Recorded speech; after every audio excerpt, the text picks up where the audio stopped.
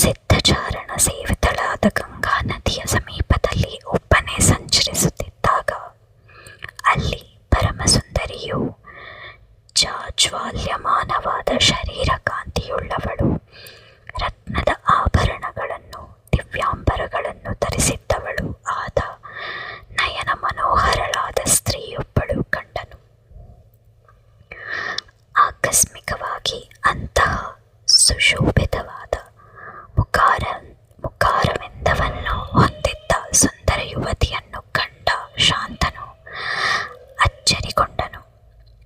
ಅಚ್ಚರಿಗೊಂಡು ರೋಮಾಂಚಿತನಾದನು. ತನ್ನ ಕಣ್ಣುಗಳಿಂದಲೇ ಅವಳ ಸೌಂದರ್ಯವನ್ನು ಹೀರತೊಡಗಿದನು. ಆ ಶುಭಾಂಗಿಯು ರಾಜನಾದ ಶಾಂತನುವಿನ ದಿವ್ಯ ತೇಜಸ್ಸನ್ನು ನೋಡುತ್ತಲೇ ಇದ್ದಳು. ಅವಳ ಹೃದಯದಲ್ಲಿ ಸ್ನೇಹ ಪ್ರೇಮಗಳು ಅಂಕುರಿಸಿದವು. ಮನ್ಮಥನಂತಿದ್ದ ರಾಜನನ್ನು ನೋಡುತ್ತಲೇ ಇದ್ದಳು.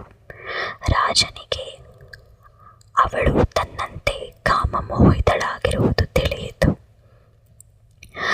ಅನುಯಯದ ರೀತಿಯಿಂದ ಅವಳನ್ನು ಕುರಿತು ದೇವತೆ, ದಾನವಿ, ಗಂಧರ್ವಿ, ಅಪ್ಸರೆ, ಯಕ್ಷಿ, ಪನ್ನಗಿ, ಮನುಷ್ಯಳು, ಹೀಗೆ ಯಾರೇ ಆಗಿದ್ದರೂ ದೇವಕನ್ಯೆಯಂತಿರುವ ನೀನಾರು, ನೀನು ಯಾರೇ ಆಗಿರಲಿ ನನ್ನನ್ನು ವಿವಾಹವಾಗು ಎಂದನು. ತಕ್ಷಣ ಆಕೆಯು ಮಂದಹಾಸದೊಡನೆ ಮೃದುವಾಗಿ, ರಾಜ, ನಾನು ನಿನ್ನ ಭಾರ್ಯೆಯಾಗುತ್ತೇನೆ. ಆದರೆ ನನ್ನದೊಂದು ಕಟ್ಟುಪಾಡಿಗೆ ನೀನು ಒಪ್ಪಬೇಕು. ಅದೇನೆಂದರೆ, ನಾನು ಮಾಡುವ ಒಳ್ಳೆಯ ಅಥವಾ ಕೆಟ್ಟ, ನಿನಗಿಷ್ಟವಾದ ಅಥವಾ ಇಷ್ಟವಿಲ್ಲದ ಕೆಲಸವನ್ನು ನೀನು ತಡೆಯಬಾರದು, ಆಕ್ಷೇಪಿಸಬಾರದು. ಈ ನಿಯಮಕ್ಕೆ ನೀನು ಒಪ್ಪಿದರೆ ನಾನು ನಿನ್ನೊಡನೆ ಇರುತ್ತೇನೆ. ನಾನು ಮಾಡುವ ಕೆಲಸಕ್ಕೆ ನೀನು ಅಡ್ಡಿ ಬಂದರೆ ಅಥವಾ ನಿಂದಿಸಿದರೆ ನಾನು ನಿನ್ನನ್ನು ಬಿಟ್ಟು ಹೋಗುತ್ತೇನೆ ಎಂದಳು. ಶಾಂತನುವು ಹಾಗೆಯೇ ಆಗಲೆಂದು ಅವಳ ನಿಯಮಗಳನ್ನು ಒಪ್ಪಿದನು. ಆಗ ಕನ್ಯೆಗೂ ಬಹಳ ಸಂತೋಷವಾಯಿತು. ಶಾಂತನುವನ್ನು ವರಿಸಿದಳು. ಇಬ್ಬರೂ ಅತುಲವಾದ ಆನಂದವನ್ನು ಅನುಭವಿಸುತ್ತಿದ್ದರು. ತಾನು ಕೊಟ್ಟಿದ್ದ ಮಾತುಗನುಸಾರವಾಗಿ ಶಾಂತನುವು ಅವಳು ಏನು ಮಾಡಿದರೂ ಪ್ರಶ್ನಿಸುತ್ತಿರಲಿಲ್ಲ. 3 ಲೋಕಗಳಲ್ಲಿ ಪ್ರವಹಿಸುವ ಗಂಗಾದೇವಿಯು ದಿವ್ಯ ಮಾನುಷ ವಿಗ್ರಹವನ್ನು ಹೊಂದಿ ಶ್ರೀಮಂತನಾದ ಶಾಂತನುವನ್ನು ಪತಿಯಾಗಿ ಪಡೆದು ಪರಮಸುಖವನ್ನು ಅನುಭವಿಸುತ್ತಿದ್ದಳು. ಶಾಂತನುವು ತನ್ನ ಅದೃಷ್ಟದಿಂದ ಗಂಗಾದೇವಿಯನ್ನು ಪಡೆದು ಅವಳು ಕಾಮಕೇಳಿಯ ಸಮಯದಲ್ಲಿ ತೋರಿಸುತ್ತಿದ್ದ ಹಾವಭಾವಗಳು, ಮನೋಹರ ನೃತ್ಯಗಳು, ಇವುಗಳಿಂದ ಸಂತೋಷ ಪಡುತ್ತಿದ್ದನು. ಹಾಗೆಯೇ ಒಳ್ಳೆಯ ನುಡಿಗಳು, ಅನರ್ಘ್ಯವಾದ ವಸ್ತ್ರಾಭರಣಗಳು, ಇವುಗಳಿಂದ ಅವಳನ್ನು ಆನಂದಭರಿತಳನ್ನಾಗಿ ಮಾಡುತ್ತಿದ್ದನು. ಅವಳೊಡನೆ ಯಾವಾಗಲೂ ರತಿಸುಖವನ್ನು ಅನುಭವಿಸುತ್ತಾ ದಿನ, ಪಕ್ಷ, ಮಾಸ, ಋತು, ಆಯನ ವರ್ಷಗಳನ್ನು ಕಾಲದ ಪರಿವೆಯೇ ಇಲ್ಲದೆ ಕಳೆದನು. ಹೀಗೆ ಸುಖವಾಗಿರುತ್ತಿದ್ದ ಕಾಲದಲ್ಲಿ ಶಾಂತನುವು ಗಂಗೆಯಲ್ಲಿ ದೇವ ಸಮಾನರಾದ 8 ಮಕ್ಕಳನ್ನು ಪಡೆದನು. ಆದರೆ ಒಂದೊಂದು ಮಗುವು ಹುಟ್ಟಿದಾಗಲೂ ಅದನ್ನು ಗಂಗಾ ಪ್ರವಾಹದಲ್ಲಿ ಹಾಕಿಬಿಡುವಳು. ಅವಳು ನದಿಯಲ್ಲಿ ಹಾಕಿದ ಮಗುವು ಪುನಃ ಮೇಲಕ್ಕೆ ಬರುತ್ತಿರಲಿಲ್ಲ. ತನ್ನ ಜಾರಿಯು ಮಾಡುವ ಕಾರ್ಯವು ಶಾಂತನುವಿಗೆ ಇಷ್ಟವಿಲ್ಲದಿದ್ದರೂ ಅಸಮಾಧಾನ ತೋರಿದರೆ ಅವಳು ನನ್ನನ್ನು ಬಿಟ್ಟು ಹೋಗುವಳೆಂಬ ಭಯದಿಂದ ಏನೂ ಹೇಳುತ್ತಿರಲಿಲ್ಲ. ಹೀಗಿರಲು ಶಾಂತನುವಿಗೆ ಗಂಗೆಯಲ್ಲಿ 8ನೆಯ ಮಗುವು ಹುಟ್ಟಿತು. ಹಿಂದಿನಂತೆ ಗಂಗಾದೇವಿಯು ಹುಟ್ಟಿದ ಮಗುವನ್ನು ನದಿಯಲ್ಲಿ ಹಾಕಲು ಹೊರಟಾಗ ಶಾಂತನುವು ಅದನ್ನು ಸಹಿಸದೆ ಕೋಪದಿಂದ ಪತ್ನಿಯನ್ನು ಕುರಿತು, ಈ ಮಗುವನ್ನು ಕೊಲ್ಲಬೇಡ.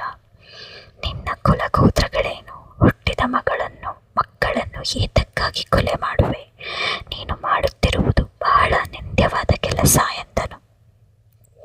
ಆದರೆ ಗಂಗೆಯು ನಗುತ್ತಲೇ ಅವನನ್ನು ಕುರಿತು, ಮಹಾರಾಜ, ನಾನು ನಿನ್ನ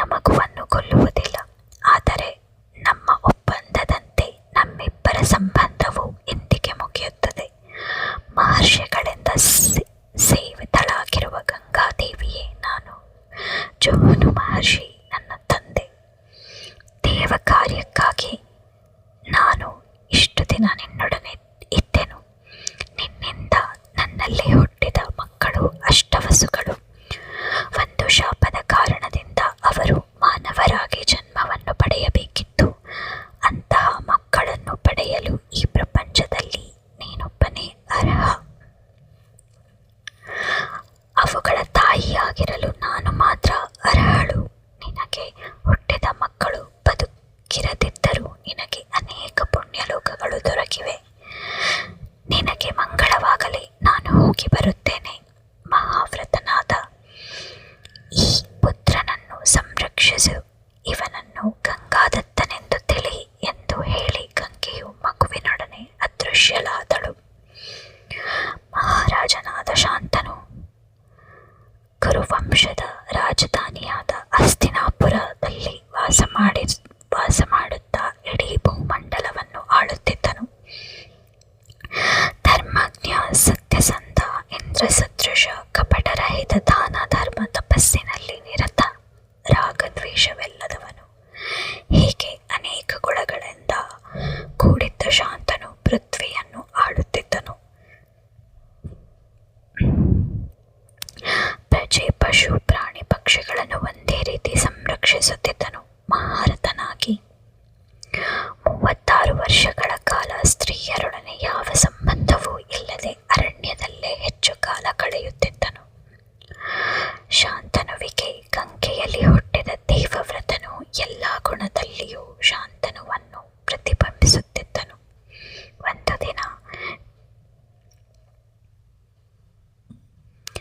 ಒಂದು ದಿನ ಬೇಟೆಯಾಡುತ್ತಿದ್ದಾಗ ಶಾಂತನುವು ಒಂದು ಜಿಂಕೆಗೆ ಗುರಿಯಿಟ್ಟು ಬಾಣ ಹೊಡೆದನು.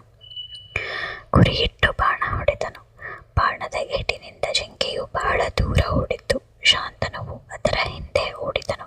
ಪಕ್ಕದ ಗಂಗೆಯಲ್ಲಿ ಸ್ವಲ್ಪ ಮಾತ್ರ ನೀರು ಜಿನುಗುತ್ತಿದ್ದುದನ್ನು ನೋಡಿ ನದಿಯು ಬತ್ತಿರುವುದಕ್ಕೆ ಕಾರಣ ತಿಳಿಯಲು ನದಿಯ ದಂಡೆಯ ಮೇಲೆ ನಡೆದು ಬರುತ್ತಿದ್ದಾಗ ಅಲ್ಲಿ ಒಬ್ಬ ಸುಂದರ ಬಾಲಕನು ಧನುರ್ಬಾಣಗಳನ್ನು ಹಿಡಿದು ನಿಂತಿದ್ದನು. ಬಾಣ ಪ್ರಯೋಗದಿಂದ ನದಿಯನ್ನು ಆ ಬಾಲಕನು ತಡೆದಿದ್ದನು. ಆ ಬಾಲಕನು ಯಾರು ಎಂಬುದು ತಿಳಿಯದೆ ಅವನ ಸಾಹಸ ಕಾರ್ಯಗಳನ್ನು ಮೆಚ್ಚಿ ಅಲ್ಲೇ ನಿಂತನು. ಅಷ್ಟರಲ್ಲಿ ಬಾಲಕನು ಅದೃಶ್ಯನಾದನು. ಆಗ ಸುಮಂಗಲಿಯಾದ ದೇವಿಯು ಒಬ್ಬ ಸುಂದರ ಬಾಲಕನನ್ನು ಜೊತೆಯಲ್ಲಿ ಕರೆತಂದು ರಾಜನ ಬಳಿಗೆ ಬಂದಳು. ರಾಜನಿಗೆ ಅವಳು ಗಂಗಾದೇವಿ ಎಂದು ಗುರುತಿಸಲಾಗಲಿಲ್ಲ. ಆಗ ಗಂಗೆಯು, ಮಹಾರಾಜ, ಇವನು ನಿನ್ನ 8ನೆಯ ಪುತ್ರನು. ಇವನು ಶಸ್ತ್ರಾಸ್ತ್ರಗಳಲ್ಲಿ ನಿಪುಣನಾಗಿದ್ದಾನೆ. ನಾನು ಇವನನ್ನು ಇದುವರೆಗೆ ಸಾಗಿಸಲಹಿದ್ದೇನೆ. ಇವನು ವಶಿಷ್ಠರಲ್ಲಿ ವೇದಾಂಗಗಳನ್ನು ಅಧ್ಯಯನ ಮಾಡಿರುತ್ತಾನೆ. ಅಸ್ತ್ರವಿದ್ಯೆಯಲ್ಲಿ ಇಂದ್ರನಿಗೆ ಸಮಾನನಾಗಿದ್ದಾನೆ. ಬೃಹಸ್ಪತಿಗೆ ತಿಳಿದಿರುವ ವಿದ್ಯೆಗಳೆಲ್ಲ ಇವನಿಗೆ ತಿಳಿದಿದೆ. ಪರಶುರಾಮರಲ್ಲಿರುವ ಇವನಲ್ಲಿ ನೆಲೆಸಿವೆ. ರಾಜಧರ್ಮದಲ್ಲಿ ನಿರತನಾಗಿದ್ದಾನೆ. ಇವನನ್ನು ಅರಮನೆಗೆ ಕರೆದುಕೊಂಡು ಹೋಗು ಎಂದು ಹೇಳಿ ಮಗನನ್ನು ಶಾಂತನುವಿಗೆ ಒಪ್ಪಿಸಿ ಅದೃಶ್ಯಳಾದಳು. ರಾಜನು ಆನಂದ ಬಾಷ್ಪವನ್ನು ಸುರಿಸುತ್ತಾ ತನ್ನ ಮಗನ ಸ್ಪರ್ಶವನ್ನು ಅನುಭವಿಸಬೇಕೆಂದು ಎಂದುಕೊಂಡು ಆ ಬಾಲಕನನ್ನು ಬಾಚಿ ತಪ್ಪಿಕೊಂಡನು. ಪಿತಾಪುತ್ರರ ಸಮಾಗಮವನ್ನು ನೋಡುತ್ತಾ ಗಂಗೆಯು ಸಂತೋಷದಿಂದ ಪ್ರವಹರಿಸುತ್ತಿದ್ದಳು. ನಂತರ ಶಾಂತನುವು ದೇವವ್ರತನನ್ನು ರಾಜಧಾನಿಗೆ ಕರೆದುಕೊಂಡು ಹೋದನು. ಸಕಲ ಗುಣ ಸಂಪನ್ನನನ್ನಾದ ತನ್ನ ಪುತ್ರನನ್ನು ಪ್ರಜೆಗಳ ಸಮ್ಮುಖದಲ್ಲಿ ಯುವರಾಜನನ್ನಾಗಿ ಮಾಡಿದನು. ದೇವವ್ರತನು ತನ್ನ ಸದ್ವೃತ್ತಿ ಸದಾಚಾರಗಳಿಂದ ತಂದೆ ಮತ್ತು ಪ್ರಜೆಗಳನ್ನು ತೃಪ್ತಿಗೊಳಿಸುತ್ತಿದ್ದನು. 4 ವರ್ಷಗಳು ಕಳೆದವು. ಒಂದು ದಿನ ಶಾಂತನುವು ಯಮುನಾ ನದಿಯ ದಂಡೆಯ ಮೇಲೆ ವಿಹರಿಸುತ್ತಿರಲು ಗಾಳಿಯ ಮೂಲಕ ಬರುತ್ತಿದ್ದ ಸುವಾಸನೆಯನ್ನು ಅಘ್ರಾಣಿಸಿದನು. ಬಹಳ ಅಪರೂಪವಾಗಿದ್ದ ಆ ಸುಗಂಧವು ಬರುತ್ತಿರುವ ಮೂಲವನ್ನು ಹುಡುಕುತ್ತಾ ನಡೆದನು. ದೂರ ನಡೆದು ಒಂದು ದೋಣಿಯ ಬಳಿಗೆ ಬಂದನು. ಅಲ್ಲಿ ಸುಗಂಧ ಪರಿಮಳವು ಹೊರಬರುತ್ತಿದ್ದು ಯಾವವ ವಸ್ತುವು ಕಾಣಿಸಲಿಲ್ಲ. ದೋಣಿಯಲ್ಲಿ ಬಿದುರಿನ ಹುಟ್ಟು ಹಿಡಿದು ನಿಂತಿದ್ದ ಒಬ್ಬ ಯುವತಿಯನ್ನು ನೋಡಿದನು.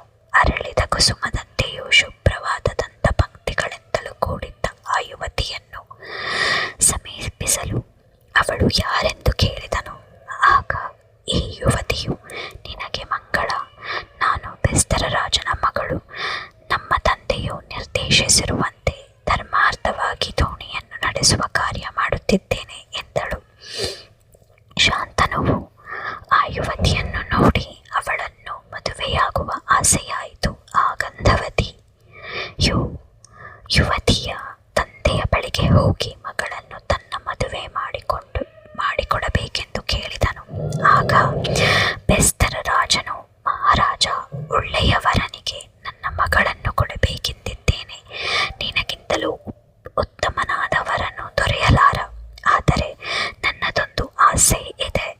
ನನ್ನ ಮಗನು ಮುಂದೆ ರಾಜ್ಯದ ಚಕ್ರವರ್ತಿಯಾಗಬೇಕು.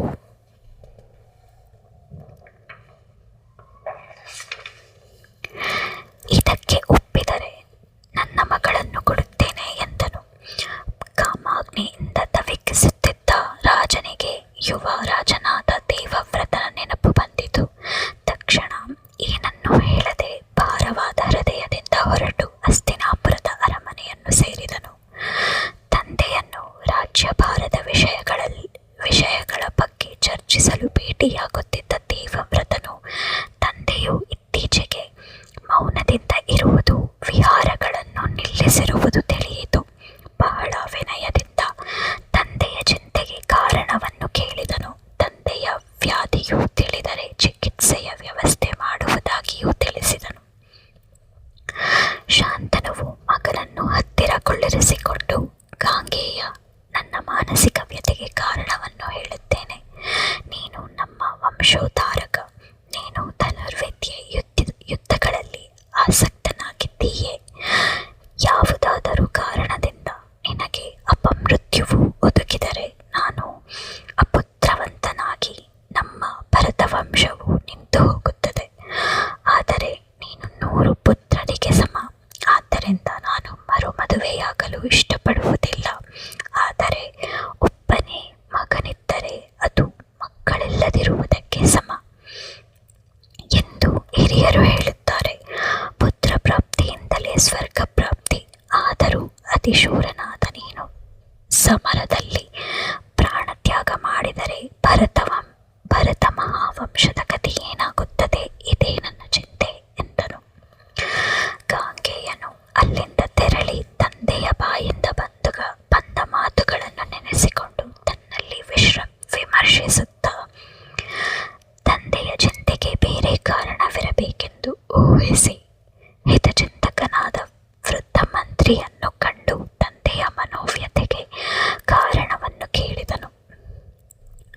ವೃದ್ಧ ಮಂತ್ರಿಯು ರಾಜನು ಗಂಗಾವತಿಯ ವಿಷಯವನ್ನು, ಅವಳನ್ನು ಮದುವೆಯಾಗಲು ಅವಳ ತಂದೆಯ ನಿಬಂಧನೆಯನ್ನು ಗಂಗಾಸುತನಿಗೆ ತಿಳಿಸಿದನು. ದೇವವ್ರತನಿಗೆ ಪರಿಸ್ಥಿತಿಯ ಅರಿವಾಯಿತು. ತಂದೆಯ ಇಷ್ಟವನ್ನು ಪೂರೈಸಲು ಸಿದ್ಧನಾಗಿ ವೃದ್ಧ ಕ್ಷತ್ರಿಯರೊಡನೆ ದಾಶರಾಜನ ಬಳಿಗೆ ಬಂದು ತಂದೆಗೆ ಕನ್ಯೆಯನ್ನು ಪ್ರಾರ್ಥಿಸಿದನು. ದಾಶರಾಜನು ರಾಜನ ಪರಿವಾರವನ್ನು ಸನ್ಮಾನಿಸಿ ಹೇಳಿದನು, ಭರತ ಕುಲತಿಲಕ, ಶಾಂತನುವಿನ ಏಕಮಾತ್ರ ಪುತ್ರನಾದ ನೀನು ಎಲ್ಲರಿಗೂ ನಾಥ. ಧನುರ್ವಿದ್ಯಾ ಶ್ರೇಷ್ಠ ಶಾಂತನುವನ್ನು ಯಾವ ಕನ್ಯಾಪಿತೃವೂ ಅನಾಧಾರಣೆ ಮಾಡುವಂತಿಲ್ಲ. ಈ ಕನ್ಯೆಯು ಆರ್ಯಪುರ